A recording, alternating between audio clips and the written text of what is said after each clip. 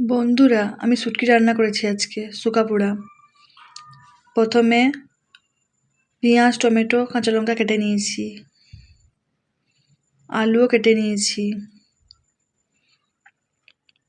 মানে আলু এখনো কাটছি। মশলা রেডি করছিলাম। নুন, সরিষা, জিরা, আদা, রসুন, কাঁচা লঙ্কা সব দিয়ে একটা পেস্ট বানিয়ে নিয়েছি। কড়াইতে তেল গরম করে প্রথমে শুকাগুলোকে বা শুটকিগুলোকে ভেজে নেব। এগুলো ঘরোয়া শুকা, মানে ঘরে তৈরি করা হয়েছে শুকাগুলো। আমরা তৈরি করিনি, কারো বাড়ি থেকে এনেছে আমার শাশুড়ি। সেগুলো ভেজে নিচ্ছি। নুন হলুদ দিয়ে দিয়েছি। এগুলো ভেজে তুলে নেব। কড়াইতে তেল দিয়ে দিয়েছি। তেল দিয়ে পেঁয়াজ, টমেটো এগুলো ভেজে নিচ্ছি।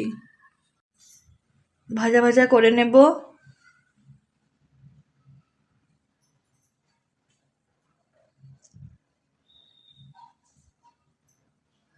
ভেজে নেওয়ার পর এই যে দেখছো ঘরোয়া শুকা, এগুলো আমার শাশুড়ি এনেছে। ছোটো ছোটো পুঁটি মাছ এগুলো।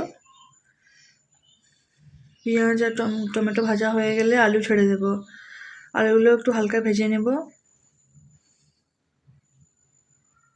ভেজে নেওয়ার পর নুনগুলো দিয়ে নিচ্ছি। মশলায় নুন দিচ্ছিলাম, যে পরিমাণ বুঝে নুন দেবো। ভাজা হয়ে গেল। এদিকে আমার বর আমার ছেলেকে খাওয়াচ্ছে, তার একটু ভিডিও করে নিয়েছি। আমার বর আসলে আমার বাচ্চাকে খাওয়ানোর ঝামেলা থাকে না আমার, সেই খাইয়ে দেয়।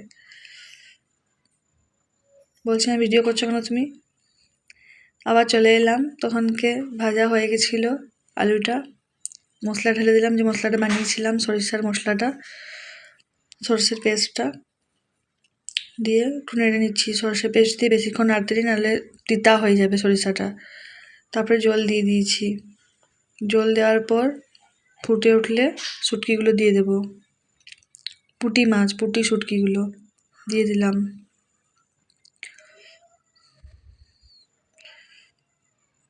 দিয়ে একটু জল মজে যাবে, তখন বন্ধ করে দেবো গ্যাসের ফ্লেম।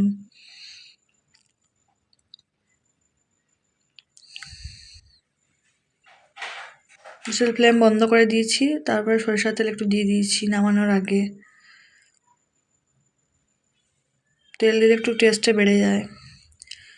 হয়ে গেল আমার শুটকি রান্না। তারপরে দেখো সবাই খাওয়া দাওয়া করে নিয়েছি। এবার আমার ছেলে তার মামাবাড়ি যাচ্ছে। আমার বর তাকে নিয়ে যাচ্ছে তার মামাবাড়ি। কাছেই মামাবাড়ি, মানে আমাদের বাপের বাড়ির কাছেই। চলে গেল।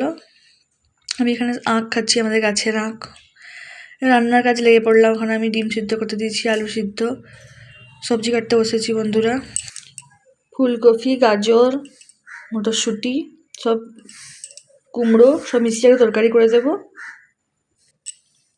যে কাটতে বসে গেছি আমি।